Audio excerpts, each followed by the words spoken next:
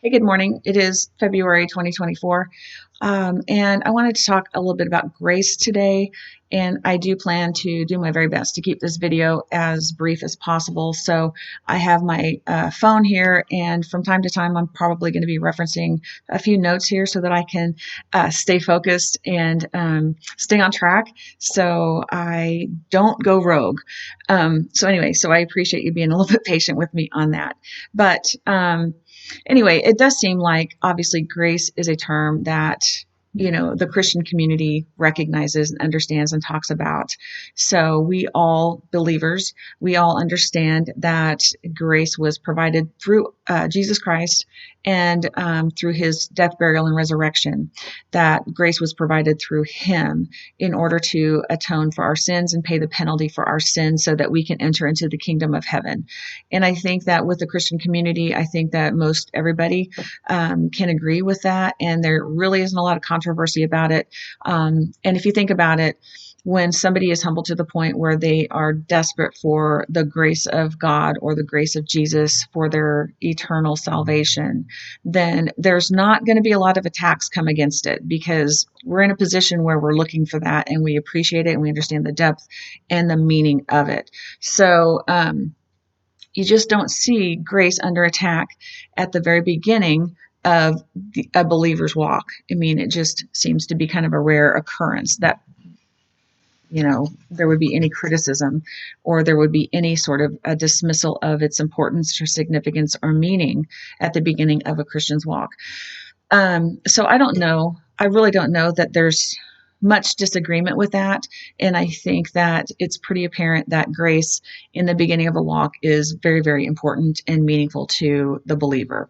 So, but what I have seen and what I do want to talk about in this video is that for whatever reason, it does seem like that grace can somehow be put somewhere on an internal shelf and just put away for a while in some individuals, right? So once the grace serves its purpose, it seems like that's kind of where the mindset is, that it serves the purpose for their initial salvation, and then as the walk continues, then somehow the grace is diminished in its strength and power, and the mindset is that it really doesn't have as much influence at that point. So, and it's really at that time and at that point in some people's walks where you hear the attacks come against it,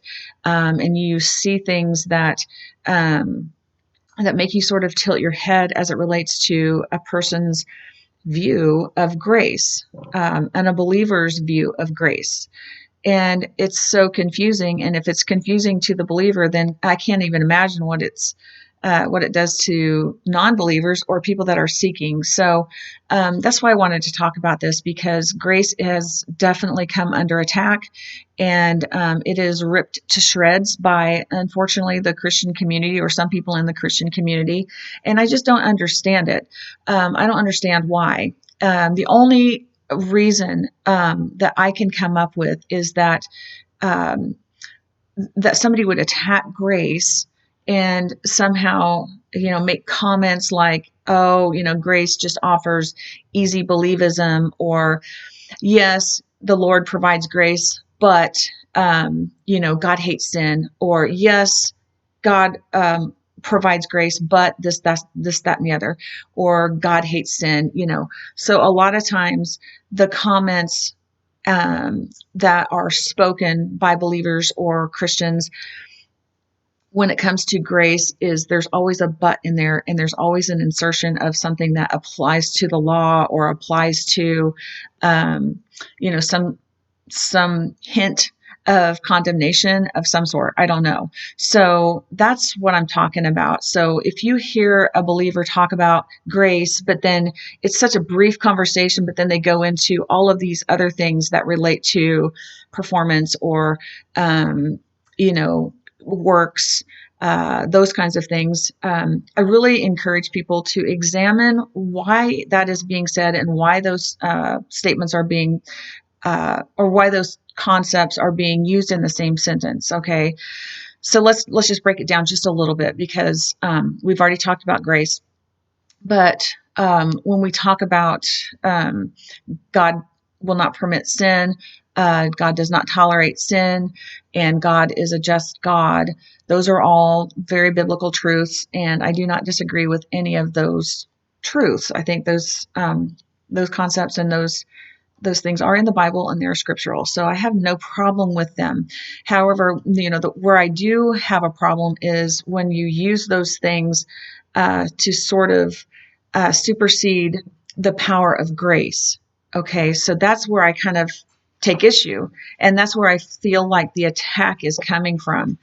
And I want people to really examine what they're saying when they talk like that.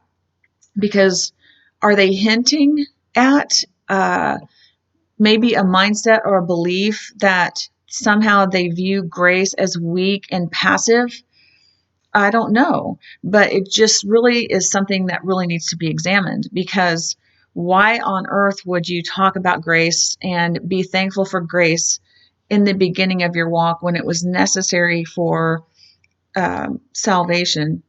At that point, it seemed to have sufficient power and strength and authority to allow your soul or our soul to enter into the kingdom of heaven when we pass, or when it's that time. But what I really want to ask is then why was it so powerful and authoritative at that point, and then all of a sudden, it's not really that powerful anymore? Because really that's what you're saying when that's what people are saying. I don't mean to say you, but when people say grace is important, but this, that, and the other. Yeah, grace is important, but this, and this. I'm challenging people to really understand the motive of what they're saying and why they're saying that. What are they trying to suggest? All right. Are these individuals those that take grace and then just tuck it away because it's kind of lost its power and it's lost its strength?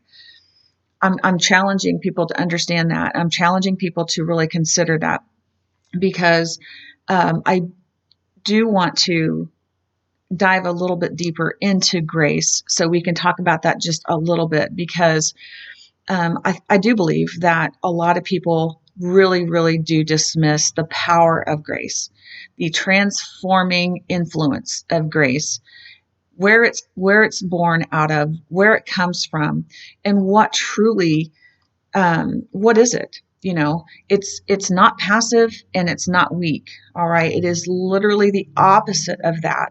So if you're in the crowd of dismissing grace, even hinting at dismissing grace, or somehow, um,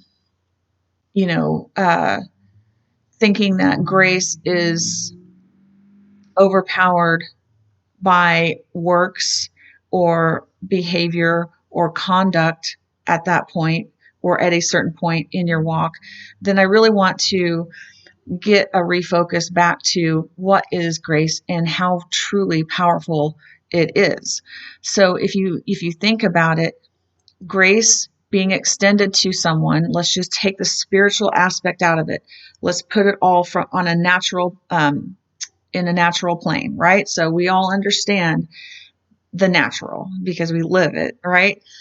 So grace extended to somebody that has inflicted injury and harm onto another. All right. If somebody has been hurt, wounded, injured, profoundly wounded, sorry, and they can extend grace to somebody that has perpetrated that pain and the injuries upon them. Okay, so we have to break it down. So if somebody's able to extend grace in that scenario, we have to understand that, number one, it came at a tremendous, tremendous cost, because anytime somebody is hurt and wounded powerfully like that or profoundly like that, there's a massive cost. No, nobody disagrees with that. Huge cost, right? So That's a big part of, and that's a huge element of grace that we can't overlook, right? I think that's extremely important. The other part of it is if grace extended to a perpetrator that has harmed and injured them, then that extension of grace is so far from being passive and weak, it's not even funny.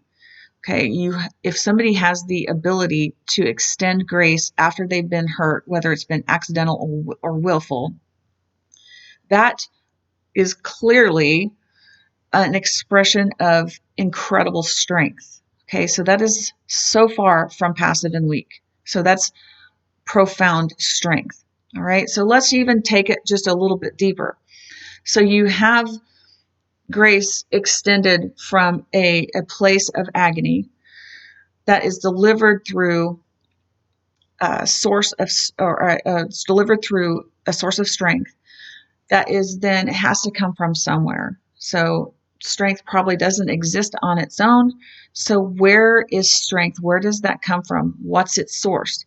So if you break it down even more, you can clearly see that it only can come from love, right? So love in its purest form, in its most unconditional form, um, has to be the source of that strength to be extended to somebody else.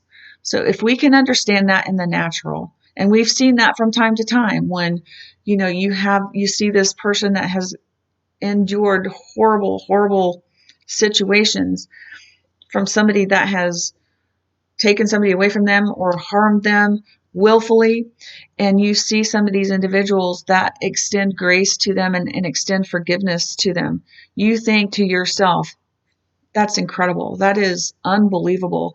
And you are probably marvel at their strength, and you probably are blown away at the kind of love that they exhibit towards somebody that has hurt them. Okay, so I think in a natural sense, we all get that and we all see it whenever we have the opportunity to observe somebody extending that kind of grace in that kind of a scenario. Okay, so I think that if we apply that to the spiritual realm and the grace that is extended to us through Jesus Christ, his death, burial, and resurrection, it is a much more large, magnificent extension or illustration of the grace that we have observed in the natural. Okay, so it's the same concept, but it's basically magnified well beyond our comprehension. All right, and so it's clear that grace is not anything that should ever be considered weak or powerless or meaningless or temporary or it should never ever be dismissed. There should never be any kind of a hint in our spirit of grace having a temporary value or just running its course right at the beginning of our walk when we were saved. Okay, so I think that it's concerning if people look at grace like that. It's very concerning, or if they think about grace as just a temporary ticket or a minor a minor necessity for their salvation. Okay, so I really want to talk about that, and I really want to break down exactly what grace is so that people, if they do talk like that, if they do insert their yeah buts when they're talking about grace, I hope that this at least infiltrates that conversation a little bit so that the so that grace can be observed and viewed as powerfully as it truly is. And where does it come from? All right, so on that note, I do want to speak to, when Jesus, his words in, it is 2 Corinthians 12:9, where it says, my grace is sufficient for you, for my strength is made perfect in weakness. So God and Jesus, in their own words in the scriptures, talk about grace being sufficient, and it associates his grace with strength. So anyway, we need to really consider that, and we need to really consider that uh, grace, when it is authentically extended like that and offers forgiveness, that it truly has a transformative influence on a person's heart. Okay, it truly is transforming.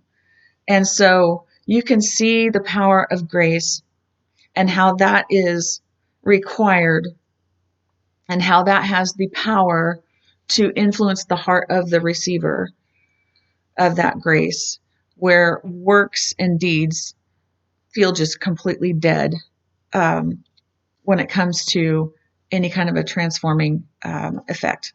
Okay, so to me, I can see that clearly. Um, and I think that we need to really take a look at and allow grace and the strength and the unconditional love that comes with that in our lives through what Jesus did at the cross for us. All right. So hopefully this message will allow us to truly comprehend and understand Jesus's words when he said, "My grace is sufficient," because it truly is, because it is pure power and it is, you know, overwhelming love that we can't even comprehend. All right. So anyway, um, I just wanted to get on here and share a little bit about that. And I do thank you for listening to the video, and have a good day. God bless.